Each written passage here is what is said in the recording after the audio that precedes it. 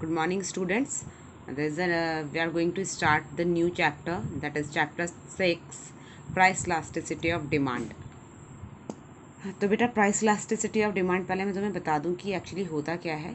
तो price elasticity एक बहुत ही सिंपल सा कॉन्सेप्ट है कि क्वांटिटी डिमांडेड में जितने रेशियो का चेंजेस आते हैं in response to changes in price, मतलब किसी भी कमोडिटी के प्राइस में चेंज होने के बाद उसकी क्वांटिटी डिमांडेड में जो भी चेंज आते हैं that is elasticity of demand. अब यही पूरा चैप्टर है कि कैसे इसे मेजर किया जाता है, क्या क्या इसके मेथड्स हैं, कितने इसके टाइप्स ऑफ प्राइस इलास्टिसिटीज़ हैं, क्या क्या इस फैक्टर हैं which affect the price elasticity. And यही चैप्टर और इम्पॉर्टेंट भी है, तो इसको अब ध्यान से सुनना, ठीक है। तो सबसे पहले देखो यहाँ पे डेफिनेशन है, क्या है कि price elasticity of demand is defined as a measurement of percentage change in quantity demanded in response to change in given price. ये देखो मेन लाइन है कि changes in quantity demanded in response to given price, change in own price of commodity, right.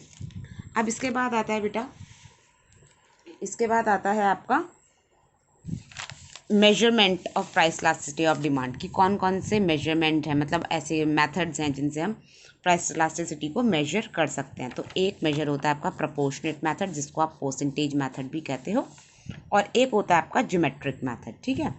तो ये आपका जो proportionate या percentage method है ये ही इंपॉर्टेंट होता है, न्यूमेरिकल भी इसी से ही आते हैं, ठीक है। ये वाला जो मेथड है ज्योमेट्रिक मेथड, ये आउट ऑफ सिलेबस है सीबीएसई में। हमारे यहाँ पे भी अगर ये आता है तो केवल इसकी एक हल्की सी डेफिनेशन या फिर इसका बस एक फॉर्मूला आ जाता है, न्यूमेरिकल इससे कभी भी नहीं आएंगे, ना ही बाकी चीज़ें आती हैं, ठीक है। तो देखो प्रोपोर्शनेट या फिर परसेंटेज मेथड में क्या होता है, इसमें हम किस तरीके से न्यूमेरिकल सॉल्व करते हैं। हम ये देखते हैं कि कितना प्रोपोर्शन चेंज हुआ है क्वांटिटी डिमांडेड में, डिवाइड करते हैं कितना प्रोपोर्शन चेंज हुआ है प्राइस में, और इसके आगे जो है हम ये माइनस का साइन पुट करते हैं, ठीक है। अब क्वेश्चन अराइज ये होता है कि why the negative sign prefix in the formula, क्यों ये नेगेटिव साइन यहाँ पे प्रेफिक्स किया जाता है। तो बेटा इसका रीज़न ये है कि कभी भी किसी भी चीज़ की जो प्राइस इलास्टिसिटी होती है वो कभी भी नेगेटिव नहीं हो सकती है, वो हमेशा पॉजिटिव ही रहेगी। इसलिए अगर कभी डेटा कुछ इस टाइप का आता है, जो कि जनरली आता ही है हमेशा, प्राइस इलास्टिसिटी को जब हम कैलकुलेट करते हैं तो डेटाज जो हैं वो नेगेटिव में आते हैं, तो नेगेटिव से नेगेटिव को कैंसिल करने के लिए यहाँ पर हमेशा प्रीफिक्स रहता है।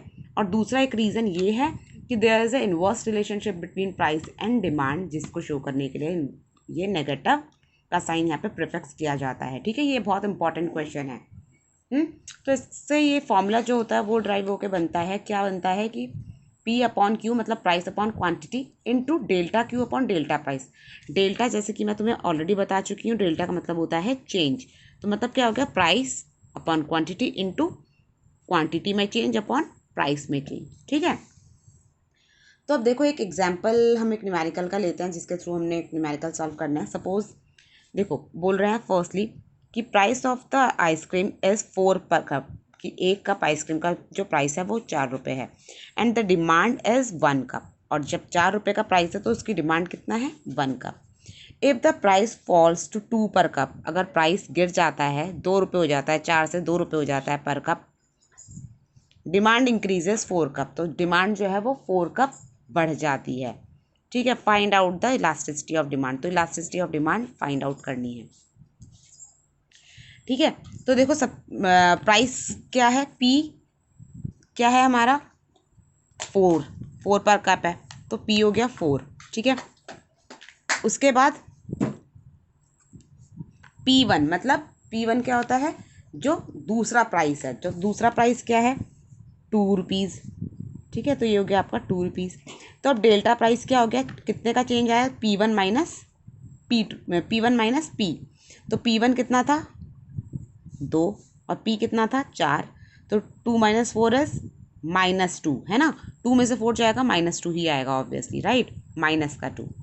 नेक्स्ट क्वांटिटी कितनी है स्टार्टिंग में जब 4 पर कप था 1, क्वांटिटी Q हो गया 1, Q1 कितना है, मतलब सेकेंड क्वांटिटी को Q1 कहते हैं, 4 पर कप और 4 कप, तो Q1 कितना हो गया 4, तो डेल्टा Q कितना हो गया, डेल्टा Q का फॉर्मूला रहेगा Q1 माइनस Q, जैसे डेल्टा P का फॉर्मूला था P1 माइनस P, तो डेल्टा Q का क्या हो गया Q1 माइनस Q, तो क्या हो जाएगा 4 माइनस 1 कितना आ जाएगा 3। अब में फॉर्मूले में पुट करेंगे तो क्या हो जाएगा, E D equals to P कितना है हमारा प्राइस 4 और क्यू कितना है 1, 4/1 इंटू क्या है डेल्टा क्यू कितना आया है 3 एंड डेल्टा पी कितना आया है -2, तो ये 3/2।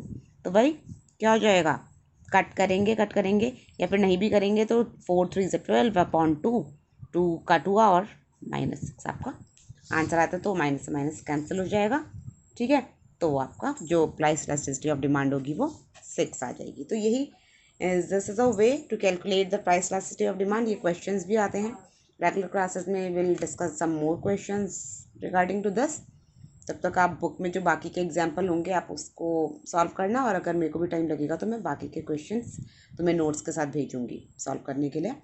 ठीक है, अब जो दूसरा जो मैंने बताया था यहाँ पे आपको ज्योमेट्रिक मेथड, जो मैंने कहा था आउट ऑफ सिलेबस है सीबीएसई में, हमारे यहाँ पे इसका फॉर्मूला आता है बेटा। तो ज्योमेट्रिक मेथड में क्या होता है कि इसमें ना एक ट्रायंगल के थ्रू देखते हैं। तो इसमें क्या होता है कि जो डिमांड का जो कर्व होता है उसको हम 2 हार्स में डिस्ट्रीब्यूट करते हैं। एक होता है अपर सेगमेंट और एक होता है लोअर सेगमेंट। तो सिंपल इसका जो फॉर्मूला होता है वो होता है आपका lower segment upon upper segment. ठीक है, तो सपोज़ अगर कभी, वैसे तो कभी नहीं आएगा न्यूमेरिकल, इसका कभी आता ही नहीं है, सपोज़ कभी आया भी तो वो देंगे कि upper segment is this and lower segment is this, तो कैलकुलेट करना होगा, वैसे आएगा नहीं, केवल आपको इसका फॉर्मूला देखना है, कभी कभी फॉर्मूला पूछ लेते हैं। तो that is all for today. Tomorrow we'll discuss the factor affecting price elasticity of demand and degrees of price elasticity of demand. Till then, you clear this concept and prepare the notes regarding to this. Thank you.